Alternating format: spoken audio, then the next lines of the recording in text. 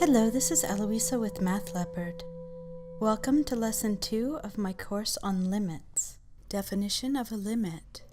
Recall, a one-sided limit is that unique value L guaranteed by the formal definition of a function, which f of x approaches as x comes infinitely close to a, either from the left or from the right, defined by Lim above x right arrow a superscript minus of f of x is equal to L, or Lim above x right arrow a superscript plus of f of x is equal to L respectively.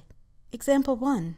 Find the following one-sided limits of the function f of x is equal to x plus 5 for values of x strictly less than 0 is equals to quantity x minus 2 squared, from which we subtract 1 for values of x including 0 yet strictly less than 4, and f of x is equals to 1 at x equals to 4, and finally f of x is equals to the square root of quantity x minus 4, to which we then add 3 for values of x strictly greater than 4. To begin, let's start with the leftmost part of the function, y is equal to x plus 5. Remember, f of x is representative of the coordinate y on the graph. Hence, this is a line with y-intercept 5 and slope of positive 1.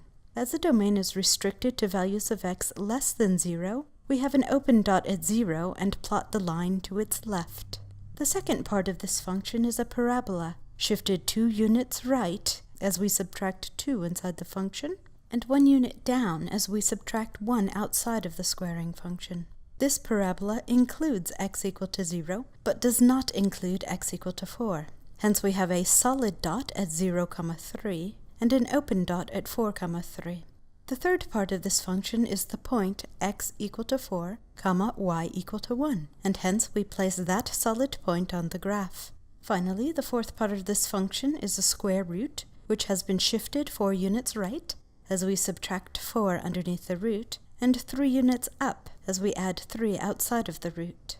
Given the domain are values of x strictly greater than 4, we once again have an open dot at 4, 3, and the remainder of the graph to its right. Et voila! This is a graph of f of x. Continuing on, we first want to find the limit as x approaches 0 from the left along the graph of the function. To that end, we see here in red that our values for f of x will approach 5. However, the limit as x approaches 0 from the right along the graph of the function, seen here in orange, approaches a value of y equal to 3. Next, the limit as x approaches 2 from the left along the graph of f of x, seen here in yellow, gives us negative 1, whereas the limit as x approaches 2 from the right, seen here in green, is also negative 1.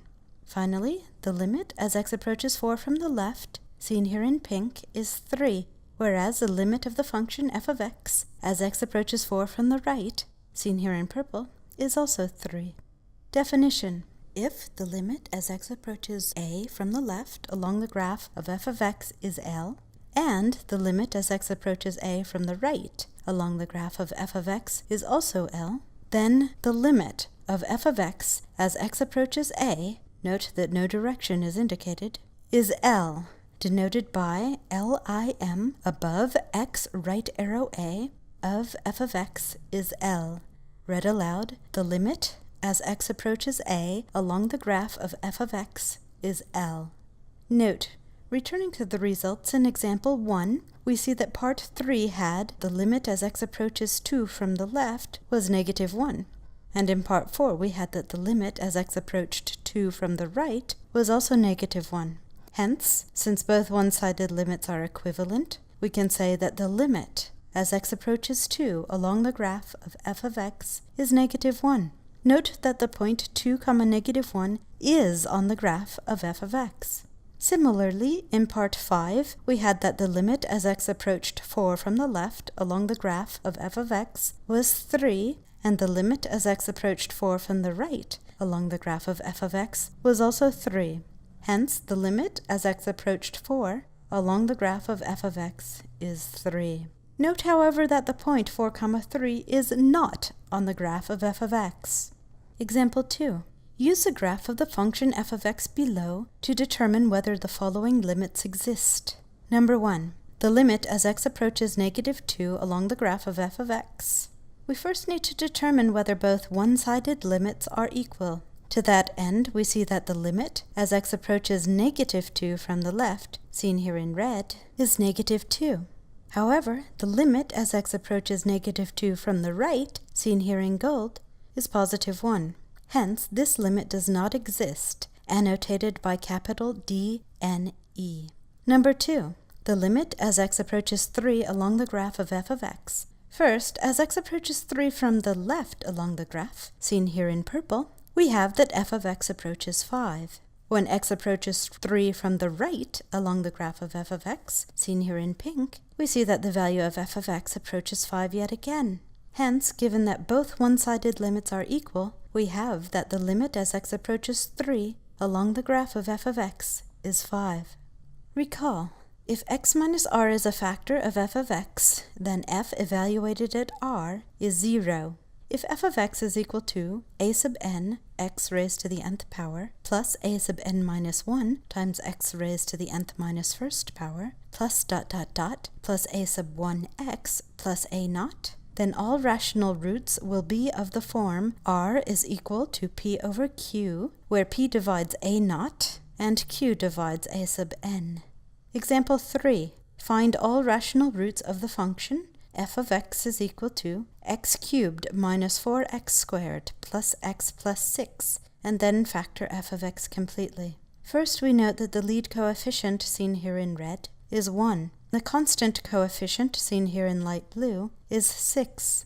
Hence p, the numerator of our potential root, is from amongst the set of all possible factors of 6. That is, plus or minus 1, plus or minus 2, plus or minus 3, and plus or minus 6. Q, the denominator of our potential rational root, consists of all possible divisors of the lead coefficient 1, namely, plus or minus 1. Hence, all possible quotients p over q are simply those for p, as division by 1 leaves our values unchanged. I will begin with -1. Evaluating f at -1 yields -1 quantity cubed minus 4 times the quantity -1 squared plus quantity -1 plus 6, which simplifies to -1 minus 4 minus 1 plus 6, which is of course 0, check mark. -1 is indeed a root of this polynomial function. Next, I'll try 2. F at 2 is equal to 2 cubed minus 4 times the quantity 2 squared plus 2 plus 6, which simplifies to 8 minus 16 plus 2 plus 6, which is of course 0. So we have now found 2 roots of this third-degree polynomial, hence only one root remains. Let's try 3. F of 3 is equal to 3 cubed minus 4 times the quantity 3 squared plus 3 plus 6, which is 27 minus 36 plus 3 plus 6, and this of course sums to 0. Therefore we can now factor the function in terms of its rational roots, namely f of x is equal to x minus a -1, or quantity x plus 1, times x minus the second root 2, and finally times x minus the third root 3. Note, once one root is discovered using the rational roots theorem, we can find the remaining factors of our polynomial in example 3 by way of synthetic division as follows. We begin with our upside-down division symbol, and then place the coefficients of f of x in descending order inside. Hence 1, -4, 1, and 6 are placed in the top of the box, as f of x is equal to 1 times x cubed minus 4 times x squared plus 1 times x plus 6. I'll begin with the rational root -1, which we place on the outside of the box at left. We then drop down the lead coefficient 1 and multiply this by the -1. What results is -1, which we place in the column directly to the right underneath the -4. Next, we add this column, which results in -5, and continue the same process. Multiplying this by -1 yields +5, which we place in the next column underneath the 1. We then sum this column to arrive at 6. Once again, we multiply 6 by -1, giving us -6, which we place underneath the 6 in the final column. Summing these two leaves us with 0, the result which indicates that -1 is indeed a root. The three numbers to the left of the 0 are the coefficients of the quotient, which is of degree 1 less than our dividend f of x. Hence we can factor f of x as x plus 1 for the root negative 1 times the quotient 1 times x squared minus 5 times x plus 6. At which point we note that those two integers which sum to negative 5 and have a product of positive 6 are minus 2 and minus 3. Hence the final factored form of f of x is the same as in our previous result.